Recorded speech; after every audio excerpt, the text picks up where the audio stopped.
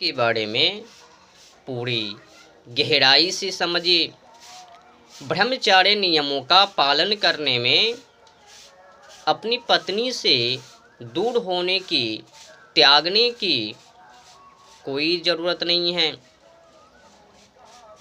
अब ऐसा ना हो कि मनो में विचार आ गया कि नहीं नहीं, मुझे तो अब ब्रह्मचर्य नियमों का पालन करना है, तो फिर अपनी पत्नी को ही त्याग दी।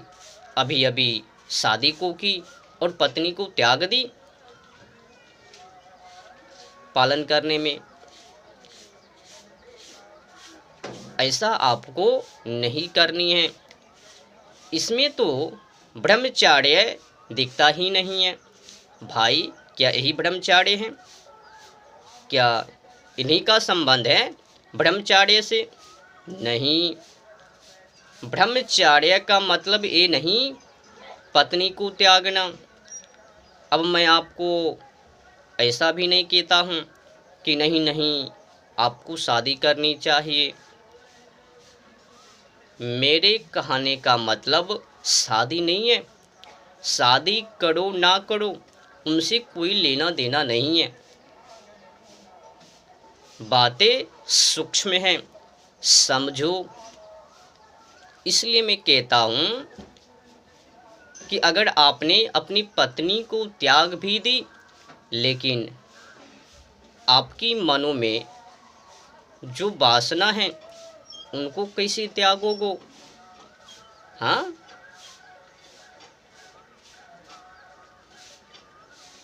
त्यागने की जो बातें आती हैं ब्रह्मचर्य नियमों का पालन करने में, मतलब वो नहीं है पत्नी को त्यागना।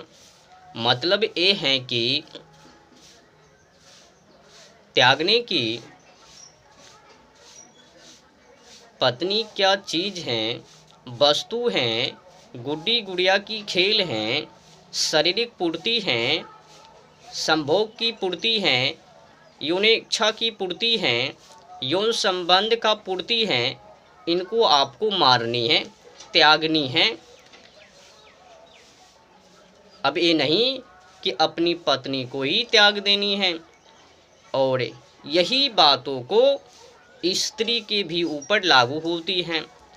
अगर उन्हें भी ब्रह्मचर्य का नियमों का पालन करनी है, तो फिर यही बातों को ध्यान में रखनी है कि ऐसा ना हो कोई पुरुष दिखे और उन्हीं के ऊपर लिपक पड़े, वासनाओं को लेकर, संभोग को लेकर।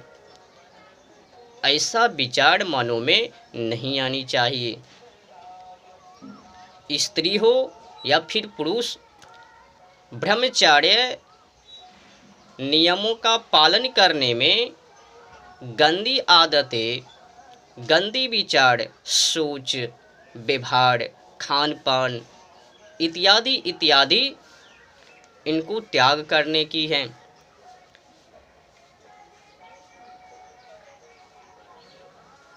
अपनी सोच विचारों में पवित्रता लानी है, अपनी चरित्र को पवित्र करनी है।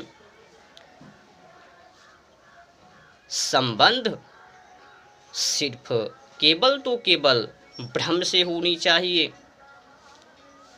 ब्रह्म और उनके बीच चार्य, इनमें विचरण करनी है।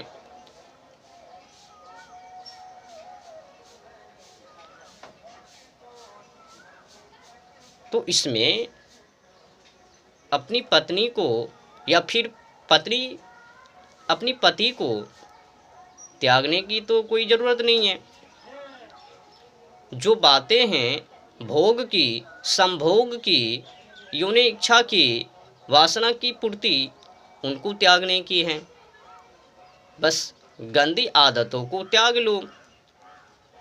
जो वासना भरी पड़ी हुई है आपकी मनो में, उनको त्याग लो। बस ब्रह्मचर्य नियमों का पालन पूरी हो गई।